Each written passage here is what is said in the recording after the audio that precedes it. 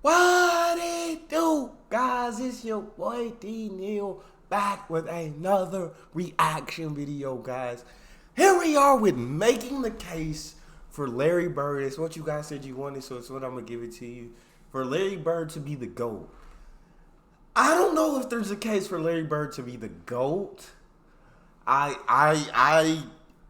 Like I said, I didn't watch back in I was born in 95, so obviously I didn't watch any full games of Larry Bird playing. I've seen highlights, I've heard stories, but I never watched. But I feel like the only person that I didn't really watch that had the case for GOAT was Michael Jordan.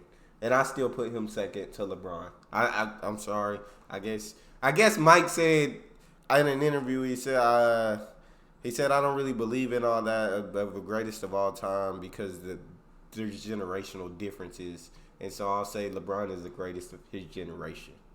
I'll still say GOAT, but greatest of his generation. For the let's jump into it. Let's jump into it and see if my mind can be swayed. Before we do, make sure you subscribe to the channel, ring notification bell, get a video a thumbs up so it gets suggested. Social media and Patreon, all up top. You want to subscribe to any of it, put all the links in the description. All you gotta do is hit the link, follow me, talk to me, human, I'll talk back. If you got a favorite video suggestion, you can subscribe to Patreon, or in the description section there's a Google, or you can put it in the comment section. What we got? Basketball is special. The size of the court and the lack of pads or helmets give fans the most intimate experience of a team sport that exists. And because of the different styles that basketball allows for, players develop their own distinct identities and signature styles through their creativity, flair, and that Pistol Pete, that's nasty. That's nasty. Flair. That's such a good pass. And athleticism. That's disgusting. And although no player succeeds alone, the scoring volume and two-way nature of the sport give individual stars a nearly unprecedented amount of control over the flow and outcome. Can we look at how far back this man, because Dame's my favorite current player. My favorite all-time player is Dwayne Wade, but Damian Lillard is my favorite current player. Can we look at how far back he sidestepped into a fade? Like, that's crazy. Like, you know how much strength that takes, and he's just hitting it like it's a regular shot, like it's a flick of the wrist kind of thing. That's wild. Sport give individual stars a nearly unprecedented amount of control over the flow and outcome of a game. For this reason, players are constantly compared to their peers and to the legends of the past in order to answer the most hotly contested question in the sport. Who's the greatest to ever do it? For many, the question is redundant. They believe in only one right answer, their answer. Others might have their own personal stance, but acknowledge one or two alternatives. But I believe that there's much more nuance to the question of greatness and more answers to it than you might think. By my count, there are 8 players in NBA history that have a substantial claim as the GOAT.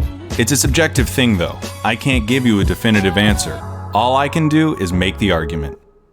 So today, I'll be making the case for Larry Bird as the greatest basketball player of all time.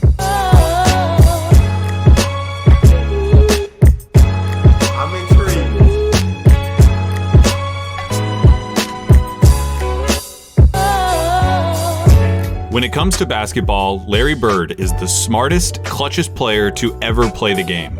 Now, if you don't think that Larry Bird is the greatest basketball player of all time, you probably hate that I just said that. Those are the kind of talking head sport cliches that surely impact the game but are impossible to empirically measure. Normally, I'd agree with you, but I think that when you talk about Larry Bird, you see those intangibles become real, palpable results. I wouldn't have said it if I didn't believe it. When Larry Bird was drafted by the Boston Celtics in 1978, the NBA needed saving. Attendance was in the toilet, the league had few marketable stars, cocaine addiction had several players in its grasp, and most damning of all, playoff games were being tape delayed. Playoff games at the highest level of basketball were being put in the back seat for black and white movies and network reruns. That's crazy. I knew the NBA was struggling before Larry and Magic came, but that's crazy. They were taping the games and playing them later because they couldn't put them in that time. They'd rather show these black and white movies that got more views than. Ooh. This level of basketball were being put in the back seat for black and white movies and network reruns. But rather than join the Celtics after being taken 3rd overall, Larry Bird decided to return for his final year at Indiana State, a decision that would prove to be one of the most important in the history of the sport. Bird's final year saw the Sycamores tear through college basketball, going 33-0 before the national championship game. Bird, already claimed by the NBA's most historic and prestigious franchise, had established himself as the generational talent who would inherit the mantle of pro basketball. Indiana State's opponent in the national championship was Michigan State, captained by the immortal Earvin Magic Johnson. The Sycamores lost the championship to the more talented Spartans in the highest-rated game in the history of basketball at any level, still to this day. Really? Still to this? Wow. Game in the history of basketball at any level, still to this day. The stage had been set. The next decade of basketball would be defined by the rivalry between the white hick from French Lick and his Boston Celtics and the black Magic and his Showtime Lakers. The rivalry between Bird and Johnson is entwined into the fabric of the NBA and is worthy of 100 documentaries. In this video, though, we're going to be looking at Bird's claim of supremacy. Here's Bird's basketball resume. His 3 championships come with perhaps the highest collective degree of difficulty of any player's championships. His 3 MVPs came consecutively, making him only the 3rd player to accomplish the feat, along with Bill Russell and Wilt Chamberlain. His 2 finals MVPs are misleading. He was absolutely the best player on the '81 Celtics, but he was only a sophomore, and his 15 points per game in the finals gave the media an excuse to exact a little vengeance on a legendarily difficult interview. His all-star and first... Yeah, 15 a game in the finals? Yeah, I don't... Unless you was like averaging double-digit assists with that, I don't see how you do get the MVP. But what was everybody else averaging? Who got the MVP and what did they average? Is the question in that finals. But that's wild. But exact a little vengeance on a legendarily difficult interview. His all-star and first-team selections also come with the caveat that Bird only played for 13 seasons and missed all but 6 games of the '89 season following surgeries on both feet. Wow! I can hear you already. A 13-year career, and this guy is supposed to be the GOAT? What color of paint are you huffing, Clayton?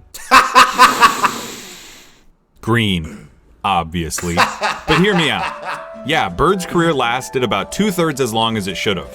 But what he did in that time was so impressive and so substantial that every basketball fan acknowledges that he's in the conversation as the greatest ever.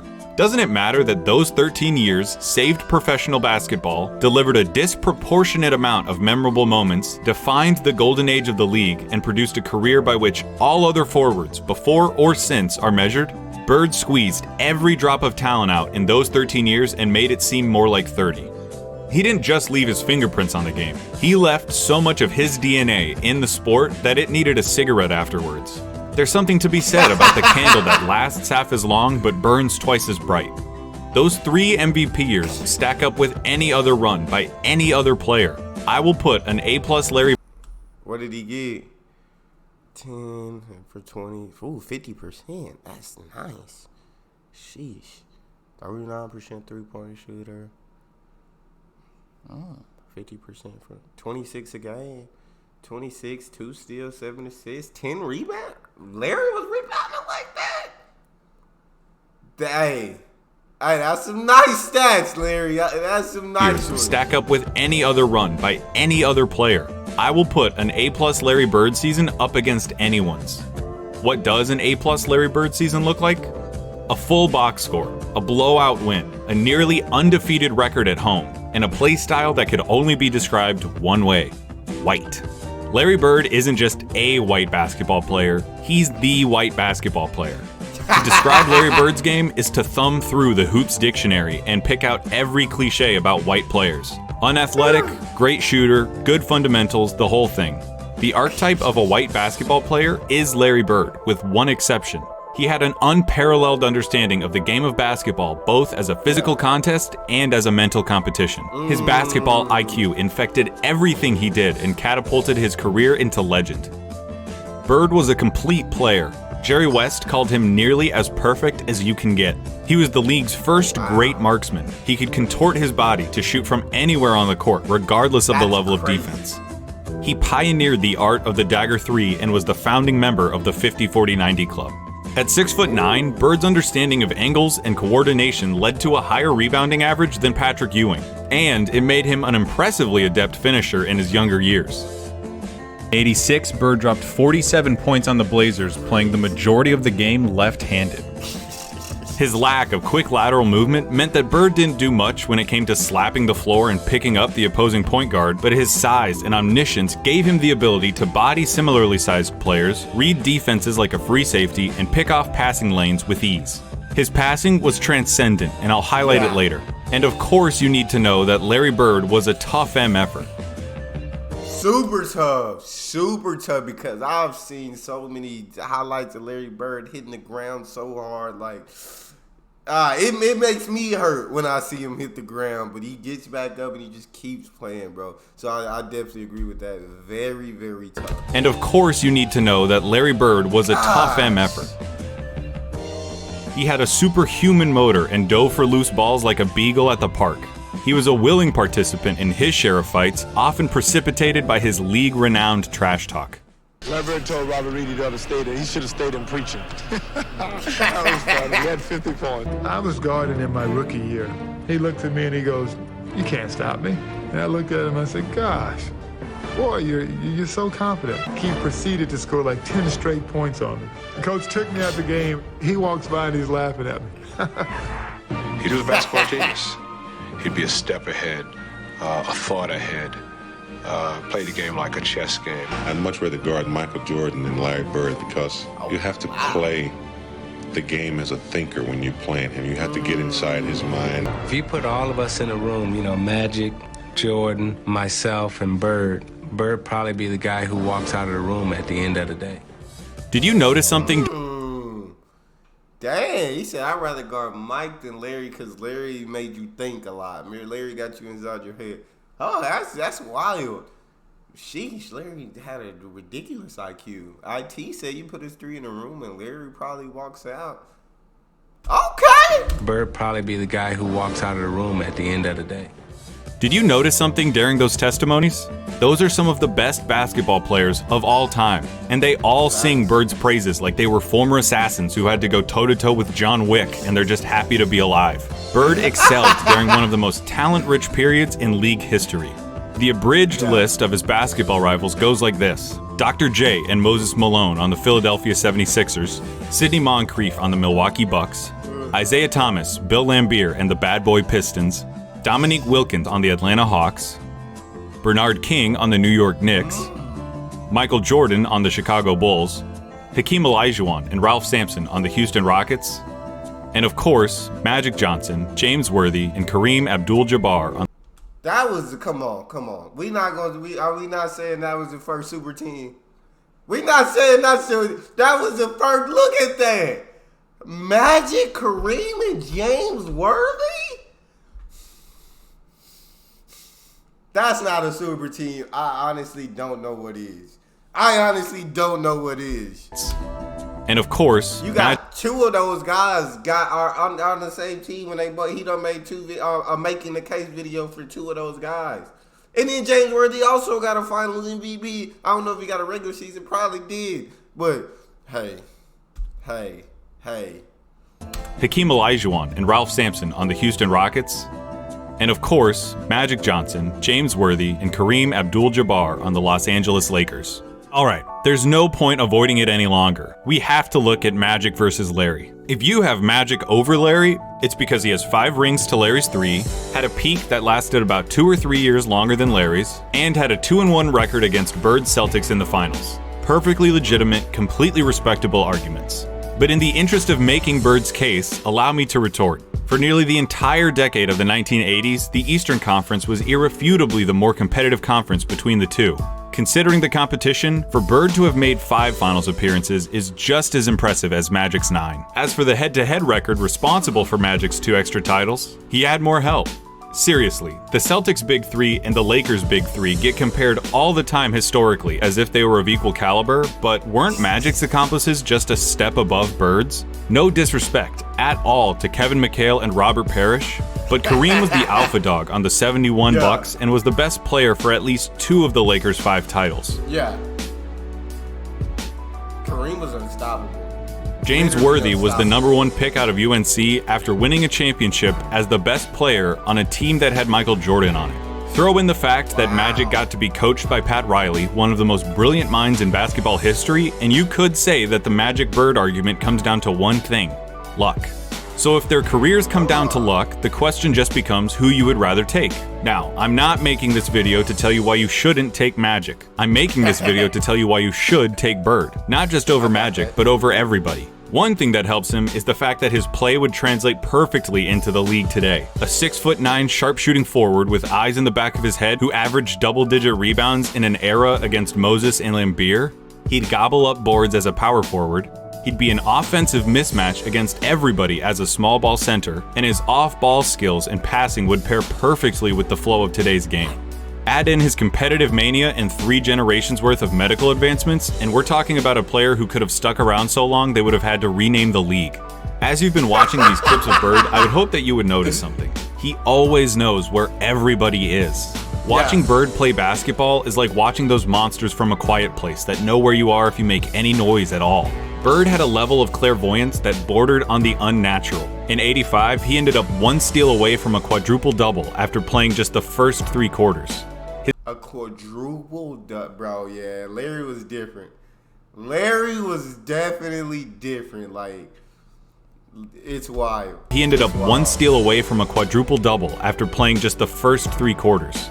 His passing was famously infectious and helped transform the Celtics of the '80s into an ideal that basketball teams at all levels are still shown tape of. They moved the ball with precision and intent, always looking for better shots and determined to get the entire team involved in the effort. That fact is almost entirely attributable to Bird and his wizardry with the ball. This acumen also helped Bird become the only player with a GOAT claim to transition successfully into other basketball roles after his playing career. In his 3 years as the head coach of the Pacers, Bird won a Coach of the Year award, coached the Pacers to their first and only finals appearance, and gave Michael Jordan as much trouble as he'd ever gotten in his career in the '98 Eastern Conference Finals. After moving into a front office role for Indiana, he won Executive of the Year in 2012, becoming the only person to have an MVP, Coach of the Year, and Executive of the Year award. On the court or off of it, inside and out, Larry Bird sees basketball as only he can. That intelligence also lent itself to Bird's defining skill, making the big plays. Remember, NBA players get paid to win games. James Harden is getting paid nearly $40 million this year because he's supposed to help the Rockets win games. Victory can be achieved in a lot of ways. Hey, that year, man, Harden was something else that year. Oh, my Lord. That year, James Harden was going absolutely insane. Okay, but keep it rolling. This year because he's supposed to help the Rockets win games. Victory can be achieved in a lot of ways, and the win column doesn't care how it happens. As Mark Sinclair once said, It don't matter if you win by an inch or a mile. Winning's winning. Facts. but when your team is down 1 in a crucial playoff game with 8 seconds left, and you need to hit a shot to stay in the series and keep your season alive, that's where players really separate themselves and earn their money. Love it or hate it, it's the players that come through in the big moments that live forever in our memories. Some players, for whatever reason, were never able to do it consistently. Some players were truly outstanding at it. Dame was born for it. He was born for the spotlight. He was born for last second with the ball in my hands. He was built for the moment. Consistently. Some players were truly outstanding at it. Larry Bird was the best at it.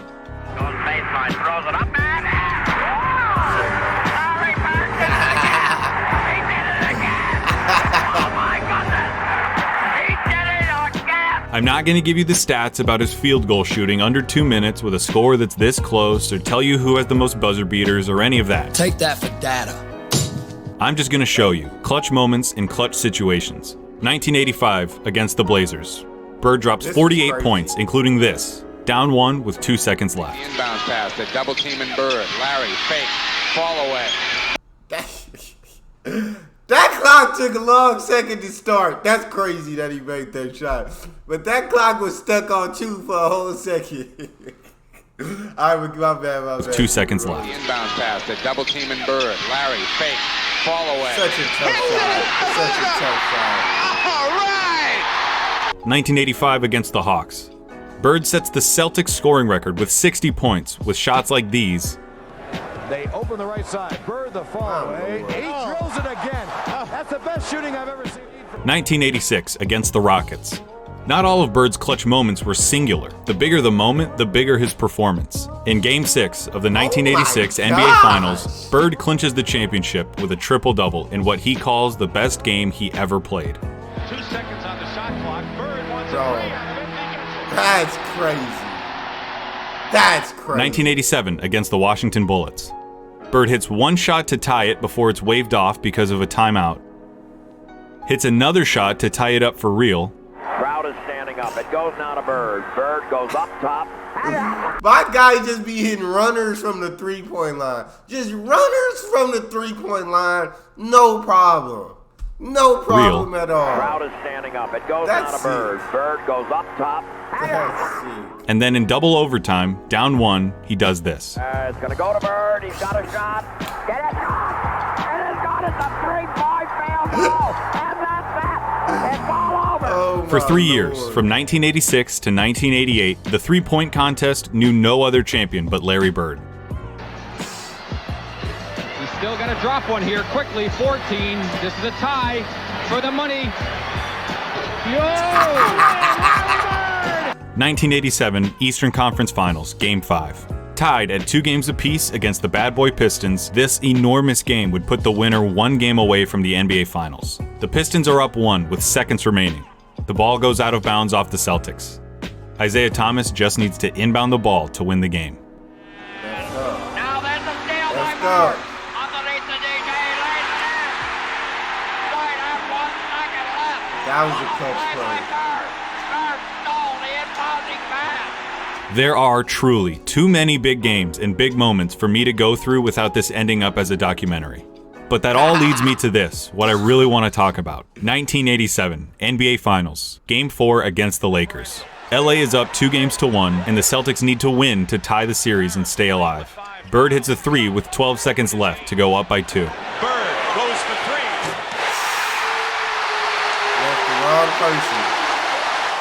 Kareem comes down and gets fouled with 8 seconds left. He makes the first, but misses the second. Oh, Kareem. LA ends up with the ball with 7 seconds left, down 1 point. In the low post, being guarded by Dennis Johnson. Byron Scott is in the ball game now. Magic hits this, the baby skyhook. Magic with a hook shot. Crazy. Absolutely crazy. Magic hits this, the baby skyhook. Magic with a hook shot. Oh my gosh, I just noticed how open Kareem was.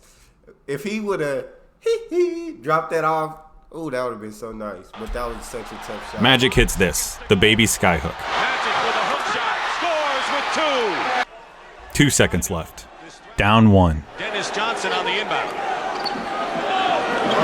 Bird Oh fires it. my gosh. What do you think happens? It went in. Oh no, okay, yeah, he missed it. Barely missed it. He barely missed Fires it. it. What do you think I know happens? the Lakers were so scared. I know they were so scared. I bet it wasn't that. When I paused the tape and the ball was hanging in the air, you thought it was going in. Bird thought it was going in. Magic thought it was going in. I've seen this game before, and I still think it's going to go in. But it didn't. Pat Riley said it himself.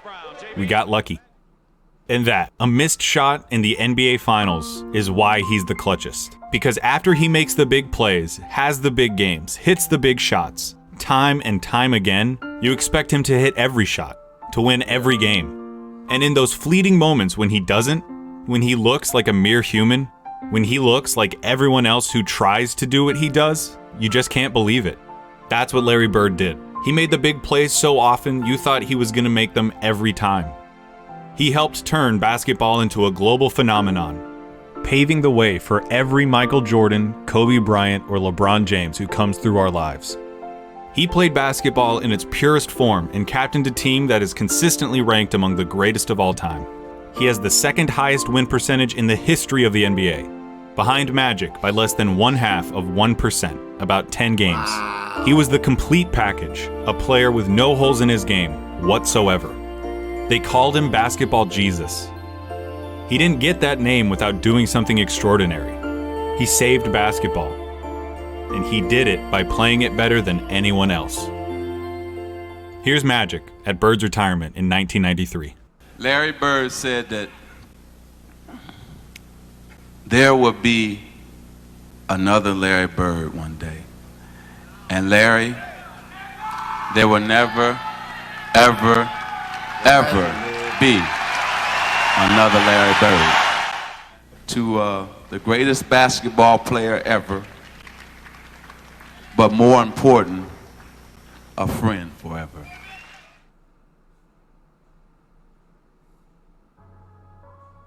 I like that. Hey everybody, thank you so much for watching. This was a really fun video to make, and I'm going to continue to make more of them, so please feel free to subscribe. And while you're at it, go ahead and check out my website, ballsandsuch.com, where I post things about, like, if the solar system was a basketball team, could Uranus hit a jump shot? You know, really important stuff. That was funny. That was such a good video. Larry Legend, oh my gosh. The more I learn, the more it's just absolutely crazy how amazing he was. Larry, yeah, I know that the Lakers won that year, and I thought that ball was going in. But yeah, he's just hitting runners off one leg to win games, just creating space, step backs, clutchness. His IQ definitely top tier. Larry was an incredible basketball player. I'll say that. GOAT. I can't put him as a GOAT, but I'll say he's an incredible basketball player. When you talk about some of the best basketball players of all time, Larry Bird's in that conversation. That's all we got for this one. You guys got a favorite video you want to see me react to? You can subscribe to Patreon or drop a comment or drop a video in the comment section. Subscribe to the channel, ring notification bell, get a video a thumbs up so it gets suggested. Social media, Patreon, all up top. You want to subscribe to any of it? Put all the links in the description. All you got to do is hit the link, follow me, talk to me. Love talking to you guys. You guys are the most incredible team on YouTube. It's your boy D-Neal. Out.